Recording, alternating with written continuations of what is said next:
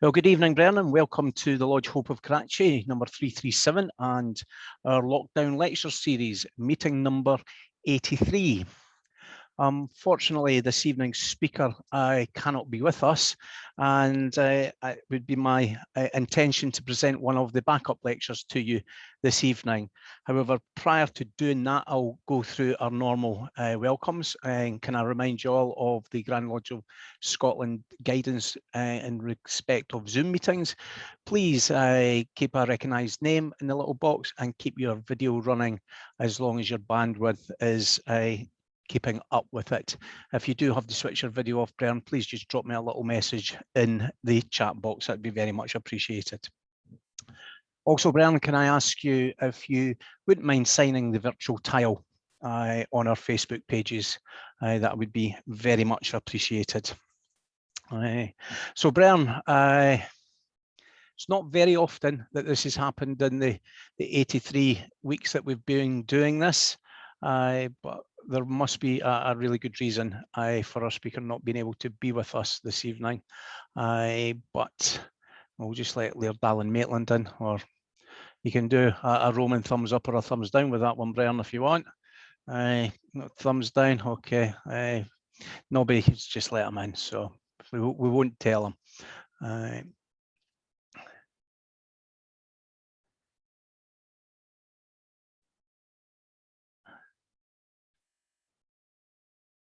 So, Brian, what can you see? Can you see the front screen of that? Yes, no brilliant. problem. Okay, so gents, this presentation that I've developed as one of the backups is entitled Freemasonry, the American Military, and its Scottish Masonic heritage. It's a really speculative journey through the American military and its various connections with Scotland to America and Freemasonry. It's very much a teaser, Brian, and it's really to encourage you to make your own daily advancement and going through and to find out a little bit more about Freemasonry in America. However, what I would like to tell you about first is the first American Freemason, who's a chap called John Skene. He was born in Newtile, Aberdeenshire, and in 1659 he was admitted as a burgess in Aberdeen. He was a Quaker. He left Scotland and he settled in West New Jersey, and where he purchased a 500-acre plantation, which he called Peachfield. And he was a member of Aberdeen Lodge number 1 Ter, and he's cited as the first Freemason to settle in the New World. And if anybody joined the Grand Lodge of Scotland History and Heritage series, John Skene was talked about by Henry Petrie in the history of Aberdeen 1 Ter.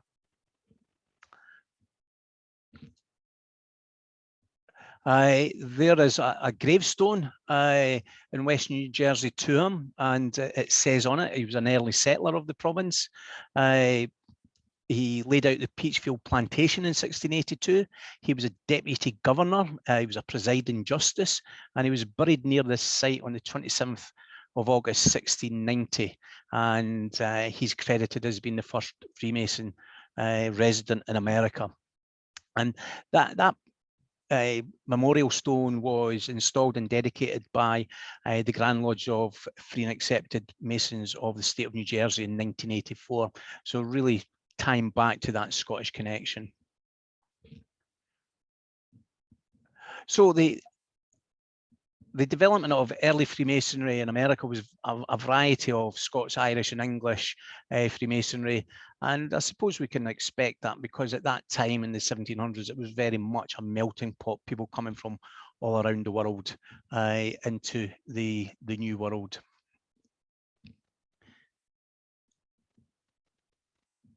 The Indian and French War, the French and Indian War pitted the colonies of British America against those of New France, and each side, Brian, was pretty much supported by their own Indian allies.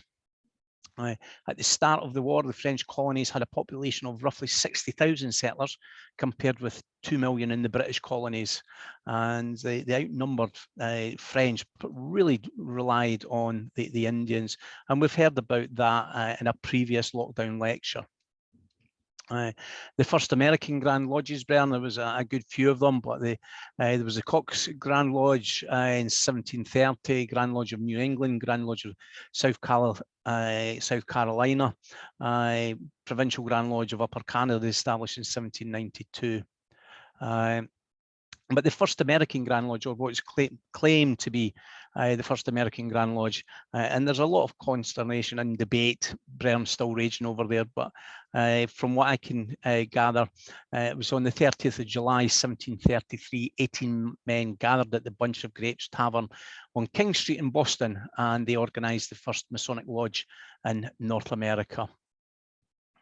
There is another Scottish connection, Colonel John Young of the 60th Regiment of Foot.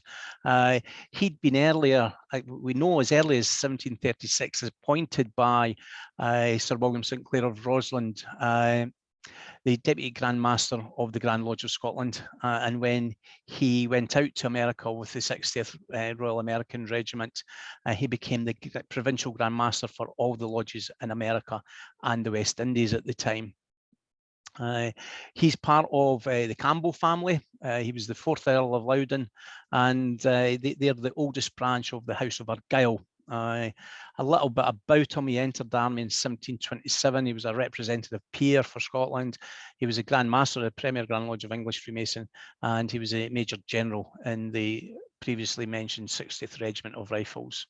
And many of you will remember quite fondly Ian Campbell, the 12th Duke of Argyll, one of his descendants, and probably the last of the senior Argylls to be a senior member of the Scottish craft.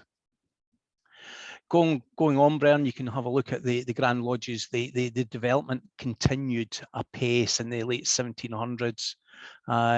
And the last one was the Grand Lodge of Newfoundland and Labrador, which was established in 1997 with the changes in Scottish Freemasonry at the time up in Newfie. There is also in America the consideration of the Prince Hall Grand Lodge.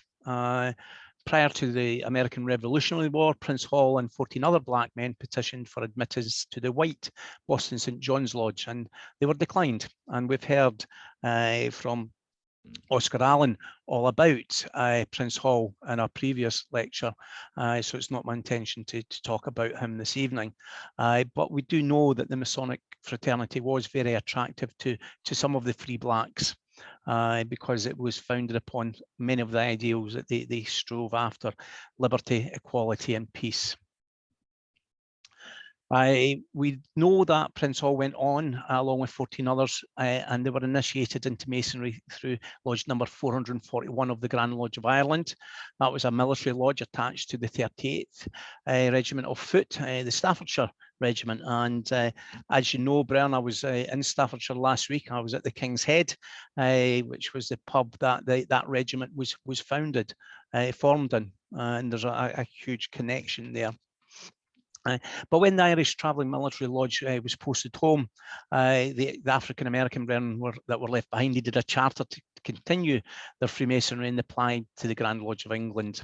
And the Grand Master at the time, the Duke of Cumberland, issued a charter for Lodge 459 that was later renamed African Lodge number 1, and it was the country's first African American Masonic Lodge. Today, predominantly black Prince Hall Grand Lodges exist in the original state jurisdictions of the United States, and additionally they have established themselves in Canada, Caribbean, and Liberia. And many of you have seen on some of the Facebook pages that just recently one of the final states has recognised their opposite number, the Prince Hall Grand Lodge in that state. But this evening, Brian, I want to introduce you to some American military connections. There are 6 branches of the American military. There's the United States Army, United States Marine Corps, the United States Navy, United States Coast Guard, United States Air Force, and the really exciting and cool one, United States Space Force, which has only been formed a couple of years ago in 2019. But when I've been looking back at the formation of each of these branches of the military, Brian, I've found out that 4 of the founding fathers of them were Freemasons, and it's these Bren that we'll quickly look at. The Continental Army was created on the 14th of June 1775 by the Second Continental Congress as a unified army for the colonies to fight Great Britain. Brother George Washington appointed as its commander. The army was initially led by men who'd served in the British Army or colonial militias and who brought much of British military heritage with them. And as the Revolutionary War progressed, the French aid, resources and military thinking helped shape that new army. George Washington was an American political leader. He was a military general, statesman, and he was founding father who served as the first president of that new country. We know he previously led the Patriot forces to victory in the nation's war for independence, and he presided at the Constitutional Convention of 1787, which established the US Constitution and a federal government. And he's been called the father of his country for his manifold leadership in the formative days of that new nation. He joined the Masonic Lodge number 4 in Fredericksburg, Virginia at the age of 20 in 1752. This was a lodge constituted by the Grand Lodge of Scotland, albeit for the early part of its existence, it worked without a warrant. And again, that comes back to communications in that time. During the War for Independence, Washington attended Masonic celebrations and religious observances in several states we know. And he also supported Masonic lodges that formed within army regiments. And you can see, Bren, there's the lodge rooms of Fredericksburg. They're still there. You can go and visit. You can see the Bible that he used. At his first inauguration in 1791, Washington took his oath of office on the Bible from St. John's Lodge in New York. And during his 2 terms, he visited Masons in North and South Carolina and presided over the cornerstone laying ceremony for the US Capitol in 1793. And that's a very famous picture that I'm sure you all recognize. And in his retirement, Bernie became the charter master of the newly chartered Alexandra Lodge number 22. And he sat for a portrait in his Masonic regalia, and in death, he was buried with Masonic honours. And Bren, if any of you are ever lucky enough to visit the US in Washington, I would really recommend a visit to the George Washington National Masonic Memorial and a visit to Alexandra Lodge number 22. And there's that very famous painting, and you can see the memorial and the statue that sits in here of him, Bren. So moving on to the Navy, another Scottish connection. So Washington he was a member of a Scottish lodge. The United States Navy claims October the 13th, 1775 as the date of its official establishment, when that same Second Continental Congress passed a resolution creating the Continental Navy. John Paul Jones, born John Paul, was the United States' first well-known naval commander in the American Revolutionary War. He made many friends and enemies as well. Many of his enemies accused him of piracy. He was among America's political elites, and his actions in British waters during the Revolution earned him an international reputation, which persists to this day. As such, he is sometimes referred to the father of the American Navy, and that's a sobriquet he shares with John Barry and John Adams. He was born in Kirkcudbright on the 6th of July, 1747 as John Paul, and he became a member of St. Bernard's Lodge, number 122 in Kirkcudbright, and raised to Master Mason in November 1770. But interestingly, in the connection back to Washington, Bren, is that his older brother, William Paul, had married and settled in Fredericksburg. Virginia was the destination of many of John Paul's voyages, and he attended the local Masonic Lodge in Fredericksburg, that same one that Washington had been a member. And you can see a picture there of Kirkcudbright and Kirkcudbright, where he was born. On the 16th of August, we know that John Paul Jones made application to become affiliated with the Masonic Lodge Les Neuf Sœurs, the Nine Sisters at Paris. And we also know from Masonic fable and folklore that 2 of the foremost men of the age were members of that lodge, Benjamin Franklin and Voltaire. On the 1st of May, 1780, that lodge had a great festival and received Jones into his membership. And that must have been a really interesting evening, Bren, with some of those interesting characters of the 1700s. So moving on from the Navy, the United States Marine Corps, we all know here that the Marines are part of the Royal Navy, and the wives of them get quite upset and remind the officers that they're not a Royal Marine officer, they're a naval officer. That's some of that military banter, Brian.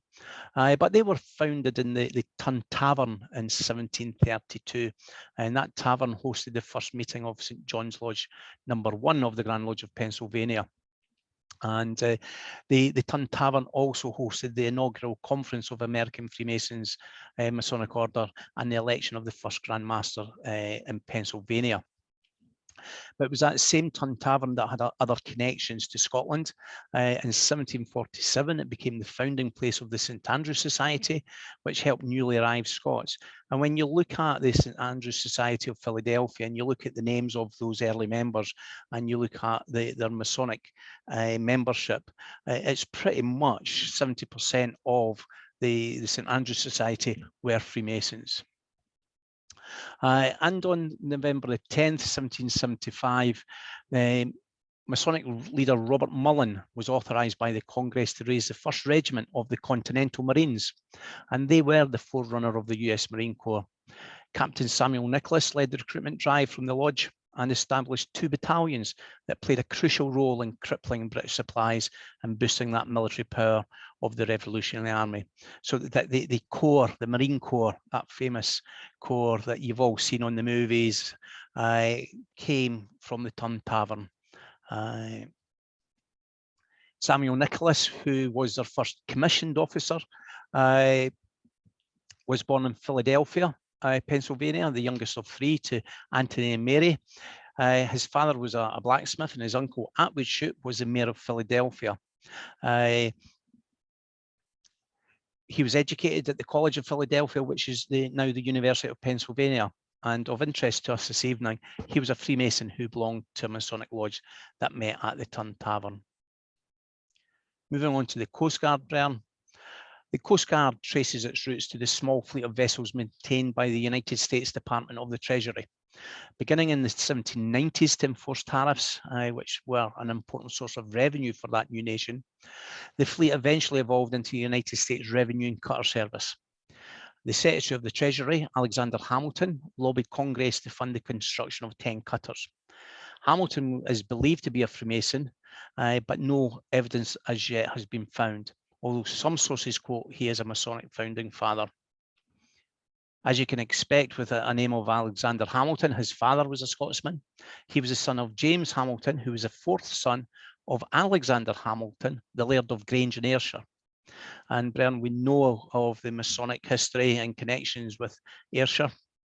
The family seat was Carlisle Castle, and you can see the family crest there, an insignia.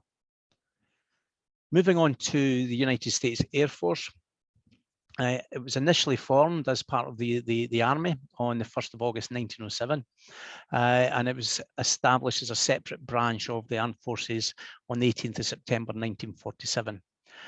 Bill Mitchell, or William Landrum Mitchell, was a United States Army general who's regarded as the father of the Air Force. I'm still looking into his background, if he was a Masonic brother or not. So some people suggest that he was, but there's no hard evidence as yet. But what we do know, Brian, is that many Masonic brethren flew in the plane that took his name, the Mitchell bomber, and you can see a photograph of it there. Hap Arnold was again an American general officer holding the ranks of General of the Army and also General of the Air Force. Arnold was an aviation pioneer, and he was the only US Air Force general to hold 5-star rank and the only officer to hold 5-star rank in 2 of the services, both the Army and the Navy. And you can see there from that first day cover, Brian, that was issued in 1988, that he was a member of the Union Lodge number 7 in Junction City, Kansas, and he was a 33rd degree Freemason, being coronated on October the 19th, 1945. There's a Masonic lodge named after him at Edwards Air Force Base in California, the General Henry H. Arnold Lodge, number 791.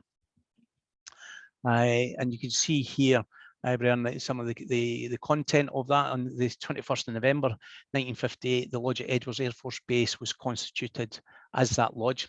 And 1 year later, the Hap Arnold Lodge number 457 in Shreveport, Louisiana was organised at Barksdale Air Force Base and chartered on 8th of February. And that picture there, Brian, is of that consecration of the Hap Arnold Lodge at Barksdale Air Force Base, which was the headquarters of the 8th Air Force. So, Brian, the final branch of the US military is the United States Space Force. The latest branch, it was formed in 2019. Not being able to find many connections with the early pioneers of this new branch because it's still top secret, and I think the CIA are keeping it under wraps, Brian. But we know that there's certainly been many Masons that have been out of this world and have served in the US military, and that goes back to the NASA days.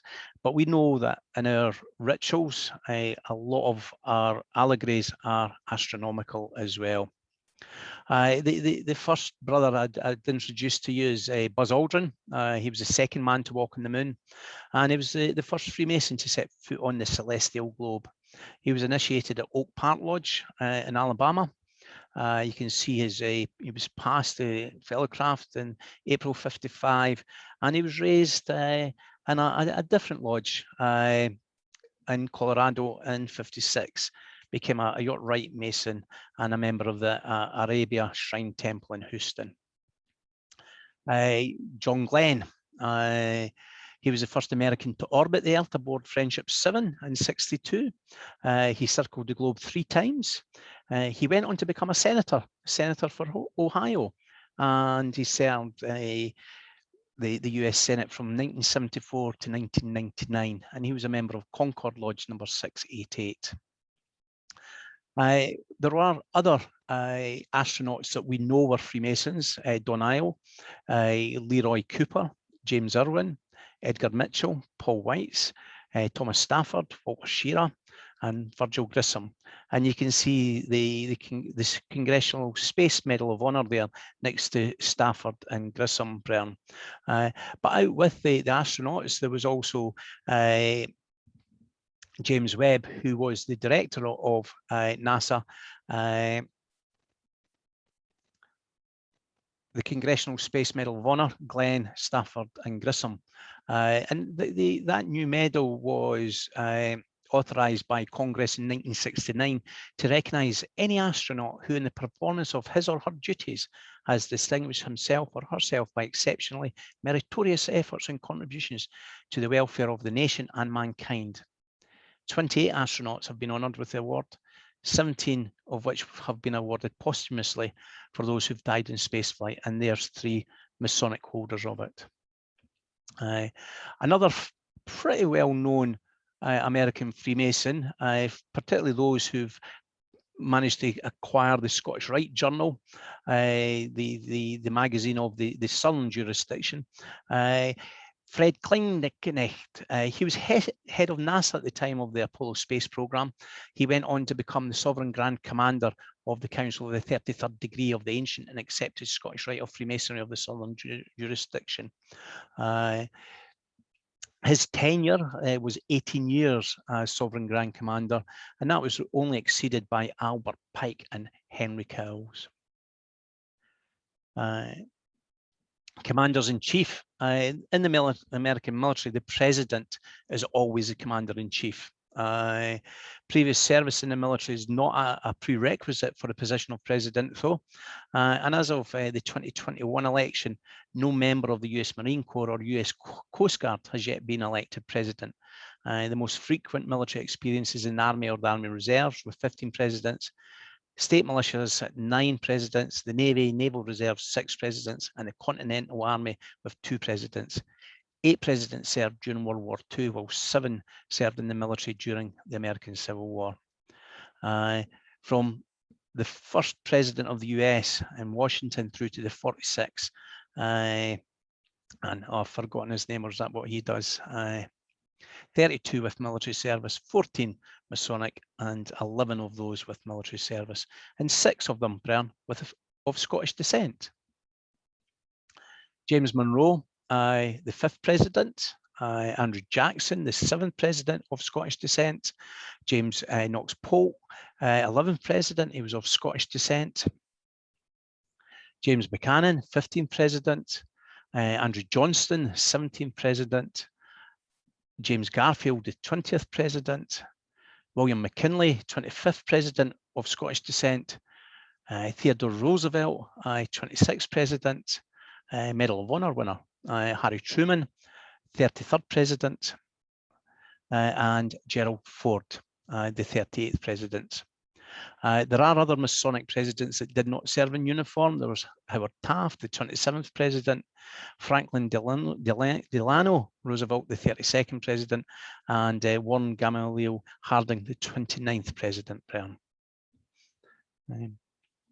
As we move on, I started looking at the American Civil War and its Masonic connections, and we've heard the stories about brother against brother. The American Civil War was a civil war in the United States, and it was fought between 1861 and 1865, fought between the northern states loyal to the Union and the southern states that had seceded from the Union to form the Confederate States of America. The Civil War began primarily as a result of the long-standing controversy over the enslavement of Black people. And war broke out in April 1861 when secessionist forces attacked Fort Sumter in South Carolina. And the main protagonists on either side was Jefferson Davis and Abraham Lincoln. What came out of that was the Grand Army of the Republic. And we know that Brother Field Marshal Earl Haig based the British Legion on a loosely Masonic structure. And I found out in reading into it, the Grand Army of the Republic, which was founded by Major General Logan, he founded that on similar Masonic principles and structures. And you can see some members of the Grand Army of the Republic and their medal. It was a fraternal organization. It was composed of veterans of the Union Army, the Union Navy, Marines, and the US Revenue Cutter Service who served in the Civil War. Founded in 1866, Bern in Springfield, Illinois, and grew to include hundreds of posts across the nation. So to me, that's more important than that little yellow chap that lives in Springfield, Illinois, that's probably more famous today. But you can see some of the imagery in the words: loyalty, fraternity, charity. If you were to take the soldiers away from that, you could think it was very Masonic in nature. The Grand Army of the Republic was dissolved in 1956 at the death of its last member, Albert Wilson of Duluth, Minnesota. And that was a photograph of him as a young man serving. And you can see him there at that very large cannon burn as a member of C Company, the 1st Volunteer Artillery. And then there's a photograph of him in later life as the last member of the Grand Army of the Republic. Memorial Day, a Remembrance Day equivalent, was originally known as Decoration Day, and it was officially declared on the 5th of May 1868 by Major General Logan in his role as National Commander of the new fraternal group, the Grand Army of the Republic. It was first observed on the 30th of May of that year when flowers were placed on the graves of both Union and Confederate soldiers at Arlington National Cemetery. And again, Brian, Arlington, if you do get the opportunity, is a humbling place of pilgrimage to go to. But it was a result of Logan's own experiences and his own personal circumstances, as well as the popularity that he had throughout the reunited nation, that he was uniquely qualified to establish this healing annual day for observance and memory. And again, that's similar to that of Haig at the time, albeit Haig's reputation was tarnished in later years. Logan was raised as a Master Mason in Mitchell Lodge in Pinckneyville, Illinois. He was a York Rite Mason and a Templar, and he was also a member of the Scottish Rite. And he was about to be coronated 33rd degree in 1886, but he died before it could be conferred on him on the 26th of December. He was also elected to Congress on numerous occasions. On the other side of the fence, we come across Major General John B. Gordon, First Commander-in-Chief. He was a member of the Atlanta Lodge number 59 in Georgia. The UCV was the Confederate Veterans Group, and that was formed as early as 1865. It was a premier Confederate veterans organisation, and it was formed on the 10th of June. It was formally dissolved in 1952 after the death of its last member. And again, when you look at its statement of aims, non-military, educational, social, historical organisation concerned with the welfare of its members. I do like to think that with the name of John B. Gordon, that there is a Scottish ancestry there to Major General Gordon. The other stories, the other Masonic stories that come out of the Civil War are many, and they're numerous. But this monument at Gettysburg, the friend to friend monument, I think depicts that Masonic connection, that brotherhood between men, that bond.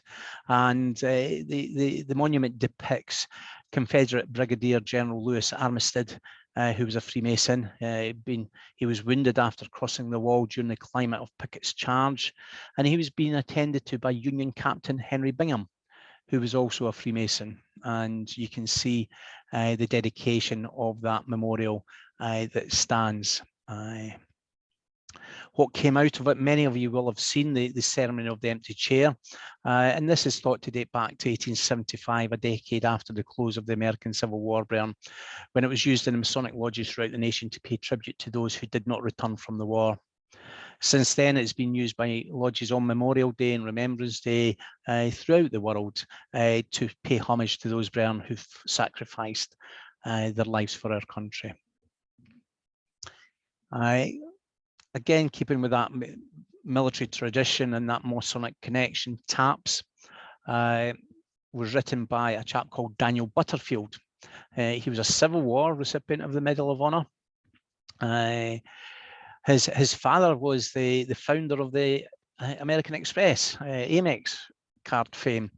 And he's acknowledged as a composer of the remembrance bugle called TAPS. He was a member of the Metropolitan Lodge number 273.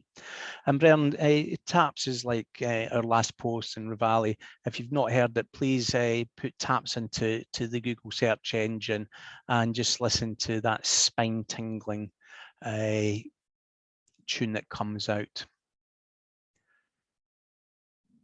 Since the development of Freemasonry in the late 1800s, early 1900s, an organisation called the National Sojourners has grown. That organisation developed from a group of American Freemasons who were out in the Philippines, and they were attached to the North Dakota Regiment of Volunteer Infantry, and they were meeting in the Philippines under a dispensation by the Grand Lodge of North Dakota. When the regiment withdrew from the Philippines in 1900, the American Freemasons left behind and formed an informal Sojourners Club, it was called. The stated purpose of that organisation is to organise commissioned officers, warrant officers, senior non-commissioned officers of the Uniformed Forces of the United States who are Master Masons for the promotion of good fellowship amongst its members, for developing true patriotism and Americanism throughout the nation. This organisation still continues to this day, Brian, and it flourishes across it. The Medal of Honor, the American highest award, arguably equivalent to our Victoria Cross. It was created in 1862 during the American Civil War, and we know it's awarded in the name of the US Congress. The recipients must have distinguished themselves conspicuously by gallantry and intrepidity, at the risk of their own life, above and beyond the call of duty, in action against an enemy of the United States. And again, similar to the VC, it's commonly presented posthumously. The driving force behind that, we've heard of in previous lectures about the Masonic connection with the VC, but there is a Masonic connection with the Medal of Honor. The driving force behind it was Gideon Wells, who was the Secretary of the Navy at the time, and Brother Wells was a member of St. John's Lodge number 4 in Connecticut. one of the World War I recipients, and I've also pulled together a presentation on Masonic recipients of the Medal of Honor, Brian, but just to highlight one of them, Eddie Richenbacher. He was a first lieutenant in the US Army Air Force. He made his first 5 kills near Paris. On July the 6th, the French gave him a new SPAD, and that's a SPAD there, Brian, in which he made 21 more confirmed kills. He was a member. He was recognised as America's ace of aces, a bit of a speedster as well when you read his story. And he was a Freemason in the Detroit area. So Brian, that is my little sojourn as a backup lecture from Scottish Freemasonry through to American Freemasonry, looking at some of arguably tenuous Scottish Masonic connections to the American military, but also just opening that door, that possibility of further research for anybody that is interested in finding out more about Freemasonry and all its different aspects in the United States of America. So Brian, thank you for listening, and I will endeavour to answer any questions that anybody may have. Brethren, I think you'll agree. We owe a vote of thanks to Gordon for stepping in at short notice and delivering a really interesting lecture with its connotations. I think there's a couple of questions, Gordon, in the chat. For me in war, is it not the United States Army Air Force? I think you covered that in your lecture. It was founded as that, but in 1947, after the Second World War, it went on its own as United States Air Force. I think it might be that Ian's old enough to remember. Well, that's what I was going to say. I don't want to be too disrespectful to the past substitute provincial Grand Master of my mother province, but yes, Ian, when you were a nipper, it was probably the US Army Air Force. And I'm glad you're on mute, so I can't hear the abuse you're giving me. USAAF was always. Yeah, that's in the films. My cousin flew liberators for them. Mm-hmm. But in 1947, after the war, they took control, you see. So, No, there used to be a Masonic lodge on the base at Edsel, an American lodge on the base at Edsel, and they obviously sent people to Fortress communications and so on, although they weren't part of the province. But we used to do inter-visits with them. Yeah, thanks, Stuart. Laird Alan Maitland, John Paul Jones held Leith to ransom. Yeah, unfortunately, they ransomed Alan Maitland back to the Leithers, and we've now got him, Brian. It's an interesting story, Gordon. It's actually in the history of the Edinburgh Defensive Band 151. Mm-hmm. They do a presentation on that explains about this upstart daring to threaten to blow Leith apart unless a ransom was paid, and that's how the militia kind of got started in Leith. John Paul Jones decided, discretion being the better part of valour, he disappeared. Well, if you'd just waited 200 years, Edinburgh City Council managed to blow up Leith with putting a tram system in that has been delayed and delayed and delayed. Oh. You see. But well done, Gordon. Thank you. Paul, I've been doing research on Edsel and I've just converted some black and white pics to colour. I've got to be careful. Not all of them were, some of them were CIA. Well, you never know. Ian McIntosh, Lodge North Esk Marinus was the American lodge at Edsel base. Thanks, Ian. So that appears to be all the questions, Gordon. Yeah. You've stunned them almost into silence. Yes. No, they're all sleeping. That's the problem. So next week, Brian, will be the first week that I won't be able to join you. Nobody doesn't know that he's hosting yet. But for my sins, I've been recognised and awarded a certificate for my service to the Royal British Legion, and I've been invited to Westminster Abbey to join with our sovereign in a service of commemoration and rededication of the Royal British Legion, commemorating their 100 years. Excellent. Congratulations, Gordon. Well done. Thank Well you. So, deserved. I've tried really hard over the last 83 weeks to move my diaries, and some of you seen I've been on holiday doing these presentations, but I just feel that next week, with your permission, Brian, that please can I be excused, and nobody will host us. Did you send a letter to the secretary asking for permission, Gordon? I've not done that yet, Jim. No, Jim, he's just let me know by verbally telling me. You see, I didn't want to give him any pre-warning. You see, because he might have had the opportunity to say no. You've just got to get everything in writing nowadays. In triplicate, Jim. That's terrible. Well, you could have got the Queen to come and do a Absence of presentation. PGM, Gordon, is a Your father was a subject member of of GLAM. dispensation. I heard you, Stuart. Sorry, Ian, what did you say? I said the absence of the PGM is a past substitute. I'll give you dispensation. Well, I think I'm closer to that, and the President's order is a past substitute as well. So I won't go though. Now, ladies, handbags, put them away. you see, so and our speaker next week will be Brother Tony Harvey, who has presented to us before, Brian. And the following week, we've got Brother Andrew Farley speaking about witchcraft, the occult, and Freemasonry, and he's a brother from down south.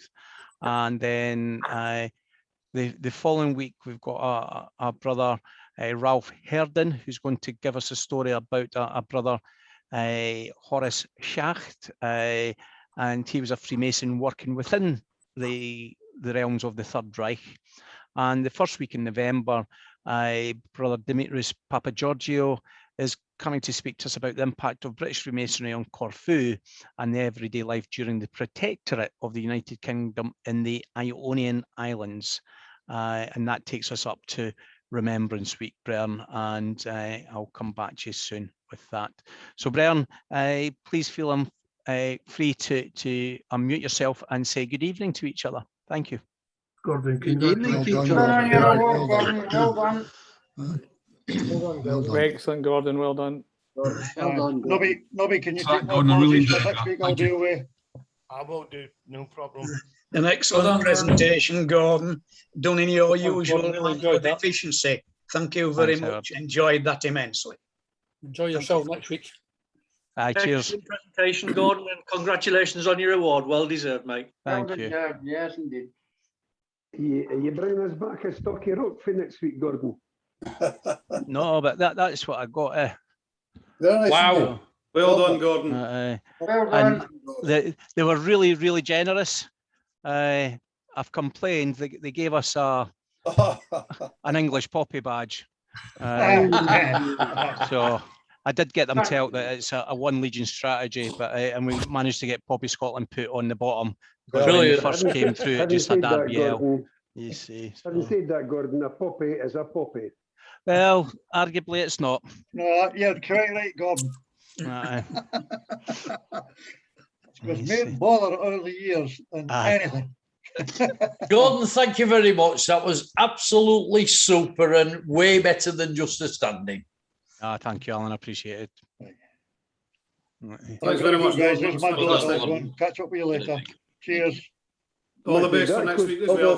Take care. Thanks. Much did that cost Alan to say that about you, Gordon? Well, I've not seen him for 2 years, so I've not bought him a drink, so it's fine. That's another one you've not bought a drink. Oh, it must be the name Alan, eh? Aye. Thanks, Gordon. Well done. Poppy Scotland is to the fore. Gordon, I added something in there for you to follow up on the Thanks, chat. John. Good night, Gordon. Cheers, Gordon. Thanks very much. Catch you later, mate. Have to go. Bye. Right, Brian. So I'll Right. give you 5, Brian. And 4. Okay, bye all. Thanks And for everything. See you all. Take care. And 1. Bye, And that's everyone.